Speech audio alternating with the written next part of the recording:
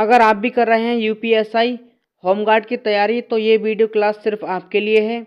आज के ये 30 सवाल आपके सिलेक्शन में सीधा रोल निभाएंगे। 100% सवाल यहीं से छपेंगे। आज की वीडियो में 5 नंबर कम से कम पक्के होने वाले हैं आपके। हेलो नमस्कार दोस्तों, स्वागत है आपका बालाजी स्मार्ट स्टडी सेंटर पर। कैसे हो आप लोग? आशा करता हूँ आप लोग मस्त और स्वस्थ होंगे। आज की नई क्लास लेकर हम आपके सामने उपस्थित हैं। आज हम आपको पढ़ाएंगे उत्तर प्रदेश दरोगा भर्ती के लिए उत्तर प्रदेश पुलिस प्रशासन से संबंधित बहुत ही इंपॉर्टेंट 30 क्वेश्चन जो आपके एग्जाम के लिए बहुत ही लाभकारी सिद्ध होने वाले हैं। तो चलिए हम शुरुआत करते हैं, प्रश्नों की तरफ चलते हैं।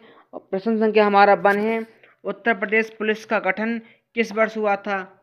बहुत ही इंपॉर्टेंट क्वेश्चन है, स्टार मार्क कर लेंगे आप लोग। उत्तर प्रदेश पुलिस का गठन किस वर्ष हुआ था?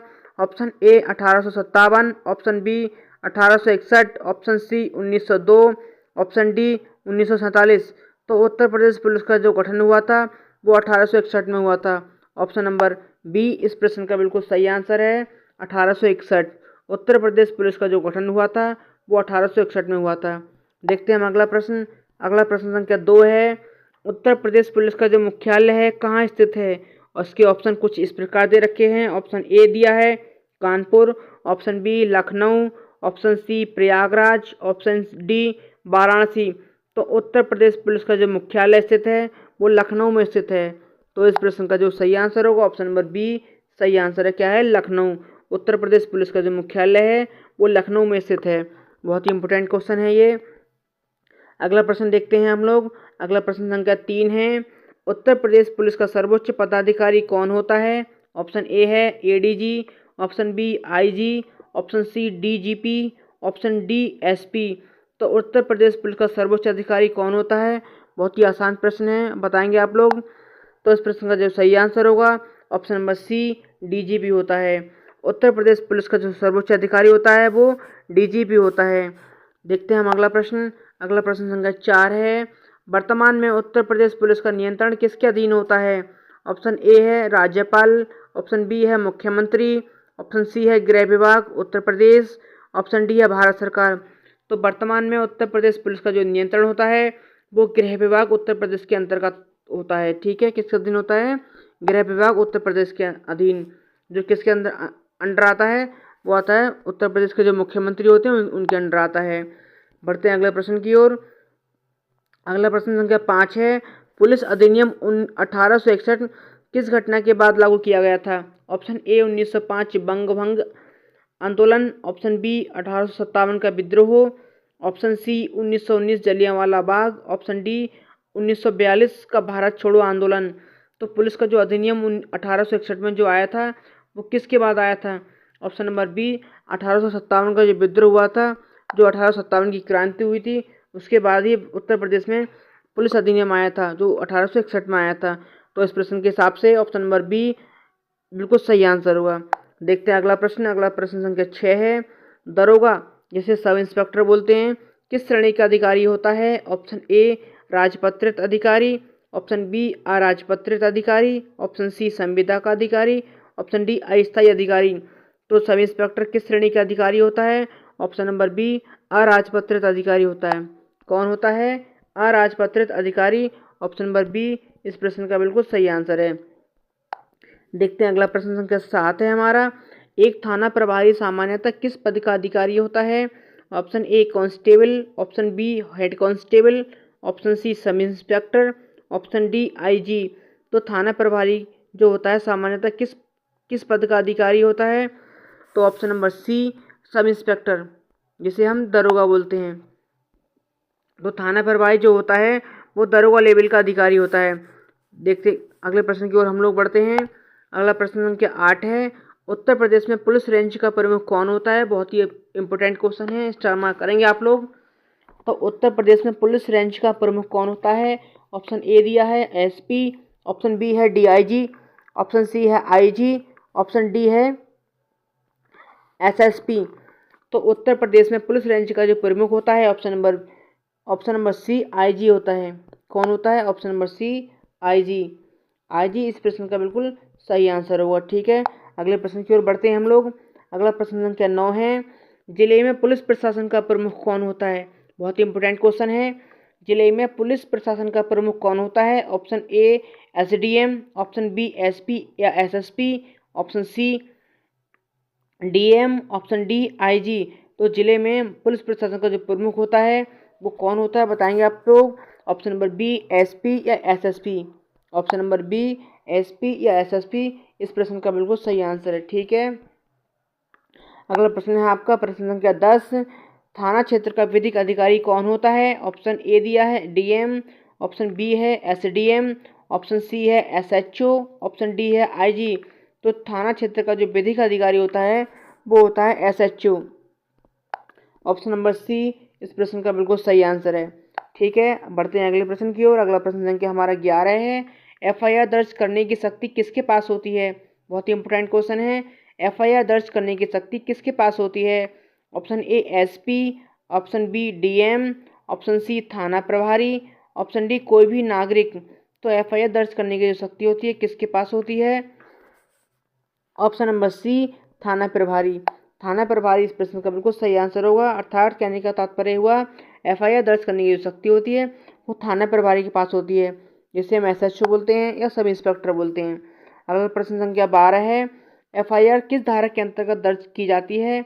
ऑप्शन ए धारा 144 सीआरपीसी, ऑप्शन बी है धारा 154 सीआरपीसी, ऑप्शन सी है धारा 107 सीआरपीसी, ऑप्शन डी है धारा 41 सीआरपीसी। तो जो एफआईआर दर्ज करी जाती है वो किस धारा के अंतर्गत दर्ज करी जाती है? ऑप्शन नंबर बी धारा 154 सीआरपीसी। धारा 154 सीआरपीसी के अंतर्गत ही थाने में एफआईआर दर्ज करी जाती है। ऑप्शन अगला प्रश्न की ओर चलते हैं हम लोग। प्रश्न संख्या 13 है। विवेचना या जिसे हम इन्वेस्टिगेशन बोलते हैं, इन्वेस्टिगेशन का जो दायित्व होता है सामान्यतः किसका होता है? Option A constable, option B दरोगा, option C DM, option D magistrate. तो इन्वेस्टिगेशन कौन करता है? ऑप्शन नंबर बी दरोगा करता है। दरोगा का जो काम होता है वो इन्वेस्टिगेशन करना होता है फील्ड में जाकर। तो ऑप्शन नंबर बी इस प्रश्न का बिल्कुल सही आंसर होगा हमारा। ठीक है, अगला प्रश्न देखेंगे हम लोग। प्रश्न संख्या 14 है। चार्जशीट किस धारा के अंतर्गत न्यायालय में प्रस्तुत की जाती है? इंपोर्टेंट क्वेश्चन है। चार्जशीट किस धारा के अंतर्गत न्यायालय में प्रस्तुत की जाती है? Option A 173 CrPC, option B धारा 144 सीआरपीसी, ऑप्शन सी धारा 151 सीआरपीसी, ऑप्शन डी धारा 302 आईपीसी। तो चार्जशीट किस धारा के अंतर्गत न्यायालय में पेश करी जाती है? तो इस प्रश्न का आंसर होगा ऑप्शन नंबर ए 173 सीआरपीसी। धारा 173 सीआरपीसी के अंतर्गत ही जो चार्जशीट होती है थाने में वो न्यायालय में प्रस्तुत की जाती है। अगला प्रश्न देखेंगे हम लोग। प्रश्न संख्या 15 है। गिरफ्तारी बिना वारंट किस धारा के अंतर्गत की जाती है? जो बिना वारंट की गिरफ्तारी की जाती है वो किस धारा के अंतर्गत करी जाती है?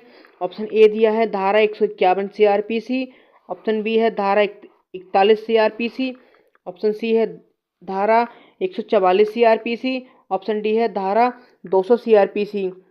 तो गिरफ्तारी जो करी जाती है बिना वारंट के वो किसके अंतर्गत करी जाती है? ऑप्शन नंबर बी धारा 41 सीआरपीसी के अंतर्गत करी जाती है। बहुत ही इंपॉर्टेंट क्वेश्चन है।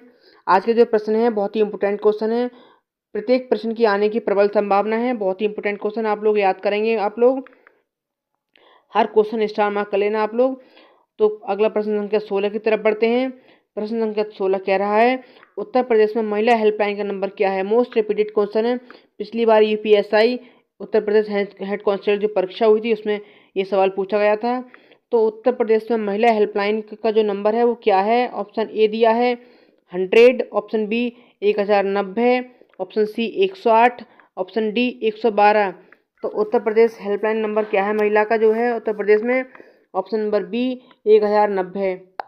1090 उत्तर प्रदेश में महिला हेल्पलाइन का नंबर है। ठीक है, अगला प्रश्न देखेंगे आप लोग। प्रश्न संख्या 17 है। डायल 112 सेवा किससे संबंधित है? बहुत ही इंपॉर्टेंट क्वेश्चन है। ऑप्शन ए अग्निशमन, option B ambulance, option C आपातकालीन पुलिस सहायता, ऑप्शन डी रेलवे सुरक्षा। तो डायल 112 जो सेवा है वो किससे संबंधित है? ऑप्शन नंबर सी आपातकालीन पुलिस सहायता से संबंधित है। किससे संबंधित है? ऑप्शन नंबर सी आपातकालीन पुलिस सहायता से संबंधित है डायल 112 सेवा। बहुत ही इंपॉर्टेंट क्वेश्चन है ये। अगला प्रश्न है हमारा 18। पीएसी का मुख्य कार्य क्या है? ऑप्शन ए यातायात नियंत्रण, ऑप्शन बी दंगा नियंत्रण, ऑप्शन सी खुफिया कार्य, ऑप्शन डी साइबर अपराध। तो पीएसी का जो मुख्य कार्य क्या है, बहुत ही इंपॉर्टेंट क्वेश्चन है। लॉजिकली आप इस क्वेश्चन को सॉल्व कर सकते हैं। तो जो अगर आप देखते होंगे और कोई कहीं पर भी दंगा हो जाता है तो मोस्टली पीएसी को ही बुलाया जाता है। तो जो पीएसी का जो मुख्य कार्य होगा वो ऑप्शन नंबर बी दंगा नियंत्रण होगा। दंगा को जो नियंत्रण करता है वो पीएसी करती है। ठीक है, अगला प्रश्न संख्या 19 है हमारा। अपराध अभिलेख संधारण का कार्य किस शाखा द्वारा किया जाता है? इंपोर्टेंट क्वेश्चन है। Option A CID, option B PAC, option C ATS, option D traffic plus, traffic की जो पुलिस होती है। तो अपराध अभिलेख संधारण का जो कार्य है वो किसका है? Option number A CID. बढ़ते हैं हम अगले प्रश्न की ओर। अगला प्रश्न संख्या हमारा 20 है। एटीएस का गठन किस उद्देश्य से हुआ था? ऑप्शन ए साइबर अपराध, ऑप्शन बी आतंकवाद निरोध, ऑप्शन सी यातायात, ऑप्शन डी वीआईपी सुरक्षा। तो जो एटीएस का जो गठन किया गया था वो किसके उद्देश्य से किया गया था? बहुत ही इंपोर्टेंट क्वेश्चन है ये।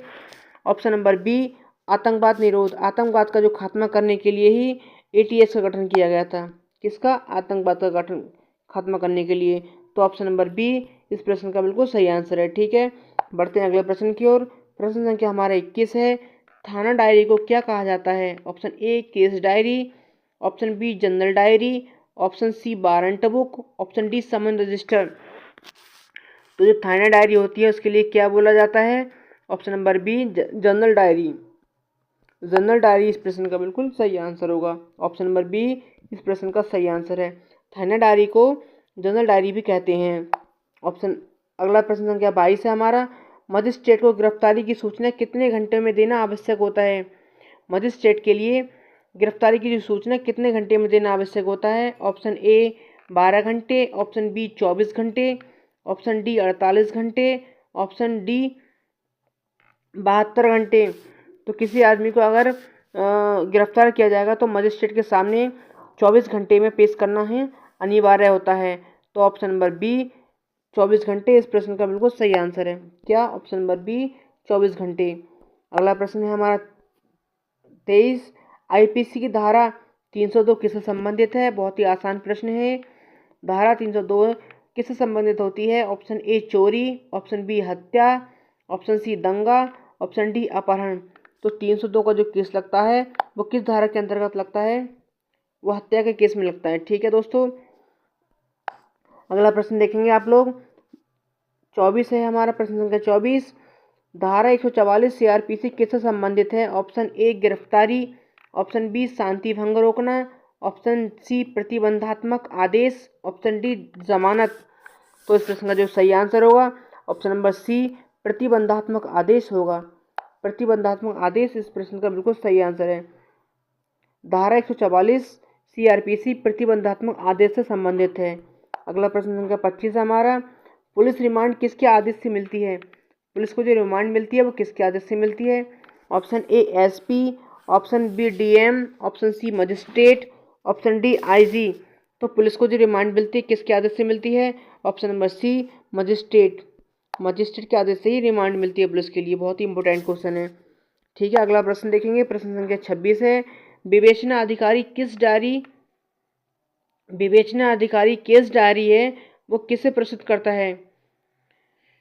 Option A SP, option B न्यायालय, option C DM, option D IG. तो इन्वेस्टिगेशन जो अधिकारी होता है जिसे सब इंस्पेक्टर बोलते हैं, जो केस डायरी किसके सामने प्रस्तुत करता है? ऑप्शन नंबर बी न्यायालय। न्यायालय इस प्रश्न का बिल्कुल सही आंसर होगा। ऑप्शन नंबर बी न्यायालय। ठीक है, अगला प्रश्न देखेंगे 27। उत्तर प्रदेश में पुलिस कमिश्नरेट प्रणाली सर्वप्रथम कहाँ लागू हुई थी? बहुत ही इंपॉर्टेंट क्वेश्चन है। Option A Kanpur, option B Lucknow, option C Prayagraj, option D Varanasi. तो ऑप्शन नंबर बी लखनऊ इस प्रश्न का बिल्कुल सही आंसर होगा। Option number B Lucknow. अगला प्रश्न संख्या 28 है हमारा। पुलिस कमिश्नर किस रैंक का अधिकारी होता है? बहुत ही इंपॉर्टेंट क्वेश्चन है। Option A SP, option B DIG, option C IG, option D ADG, DG स्तर। तो इस प्रश्न का जो सही आंसर होगा ऑप्शन नंबर डी होगा। ऑप्शन नंबर डी इस प्रश्न का बिल्कुल सही आंसर है। एडीजी या डीजी स्तर, जो पुलिस कमिश्नर होता है वो एडीजी या डीजी स्तर का अधिकारी होता है। बहुत ही इम्पोर्टेंट क्वेश्चन है। अगला प्रश्न है 29, थाना क्षेत्र में शांति व्यवस्था बनाए रखने की प्राथमिक जिम्मेदारी किसकी होती है? इम्पोर्टेंट क्वेश्चन है। Option A DM, option B SHO, option C IG, option D DGP. तो थाना क्षेत्र के अंतर्गत जो शांति व्यवस्था बनाए रखने की जिम्मेदारी है वो एसएचओ की होती है। एसएचओ की प्राथमिक जिम्मेदारी ही थाना क्षेत्र में शांति व्यवस्था बनाए रखना ही होती है। अगला प्रश्न संख्या 30 है हमारा, चार्जशीट दाखिल न होने पर अभियुक्त को किस धारा पर जमानत मिल सकती है? इंपोर्टेंट क्वेश्चन है। ऑप्शन ए धारा 41, ऑप्शन बी धारा 167(2) CRPC, ऑप्शन सी धारा 144, ऑप्शन डी धारा 302। तो चार्जशीट दाखिल ना होने पर अभियुक्त को धारा 167(2) CRPC के अंतर्गत ही जमानत मिल सकती है। तो इस प्रश्न का जो सही आंसर होगा ऑप्शन नंबर बी होगा। ठीक है दोस्तों, तो ये थी हमारी आज की वीडियो। आज की वीडियो आप लोगों को कैसी लगी कमेंट करके आप लोग ज़रूर बताइएगा।